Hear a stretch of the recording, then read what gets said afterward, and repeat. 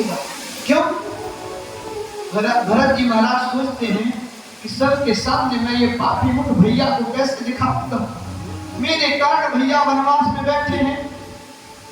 जिन राजा के सिर पे राज मुकुट होना चाहिए उन राजा के सिर पे जटाओं का मुकुट, जिन राजा को मखमल के गद्दे पे सोना चाहिए उस राजा को कुशा की चटाई पर सोना पड़ रहा है।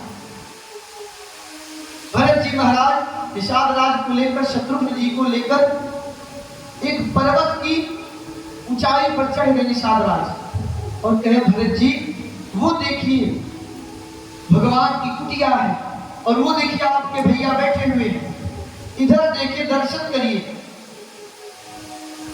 मां जानकी को प्रातः काल में स्वप्न आया क्या कि भरत जी महाराज पूरे समाज के साथ चित्रकूट आ रहे हैं।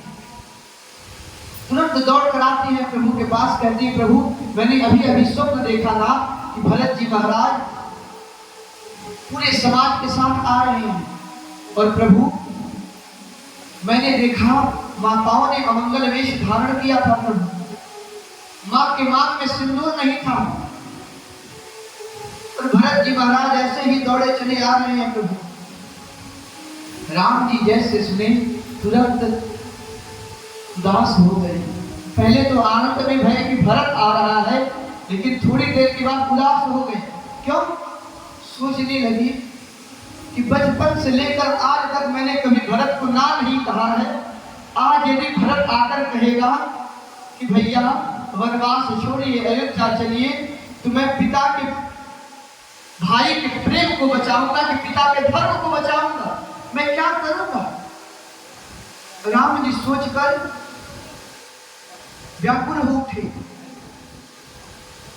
और देखिए यहां राम जी सिद्धांत कहते हैं जब किसी के बारे में सोचकर मन में व्याकुलता उठे कि मैं क्या करूं, तब उस व्यक्ति के व्यक्तित्व का दर्शन करिए, उस व्यक्ति के स्वभाव का दर्शन करिए।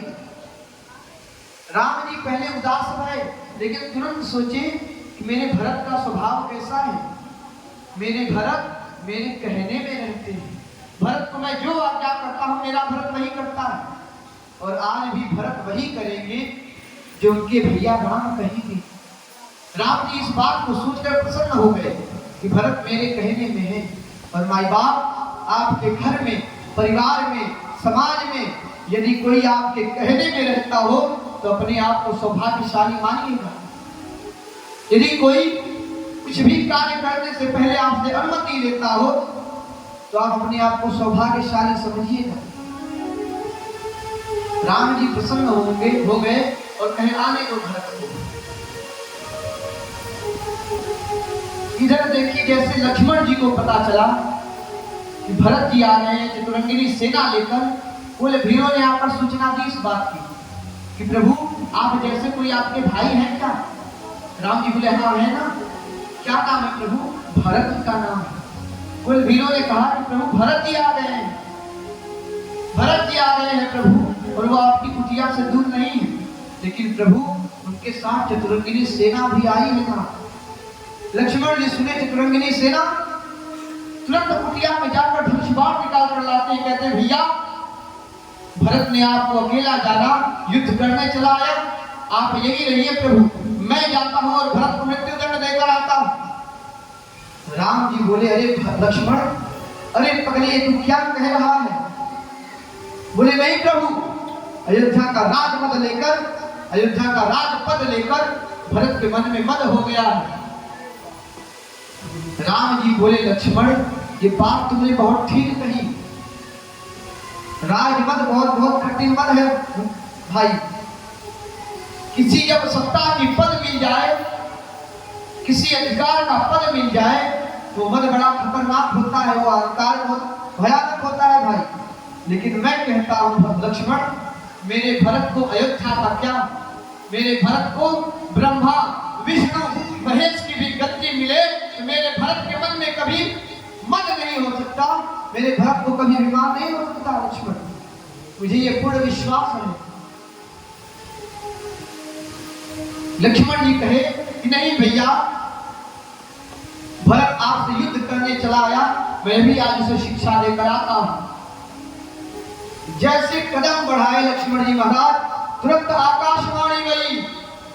आकाशवाणी ने कहा, हे लखनलाल, मैं आपकी भुजाओं के बल की जय जयकार करता हूं, लेकिन लक्ष्मण जी सावधान, कोई भी कार्य करने से पहले कोई वीर पुरुष कोई कार्य करता है तो 100 बार सोचता है। आप जो कार्य करने जा रहे हैं, कहीं उस कार्य को करने के बाद आपको पछतावा न हो, रुक जाइए। लक्ष्मण जी को बात थोड़ी समझ में आई, रुक गए। अब इधर निषाद राज भरत जी को कुटिया का दर्शन कराते हैं। भरत जी देखते हैं कि भैया एक चबूतरे पर बैठे हुए हैं, लक्ष्मण जी उनके चरणों में बैठे हुए हैं, मां जानकी भैया के बगल में बैठी हुई हैं। भगवान राम ने लक्ष्मण जी से कुछ प्रश्न किए हैं और लक्ष्मण जी उनके प्रश्न का उत्तर दे रहे हैं। ये वहां का दृश्य है।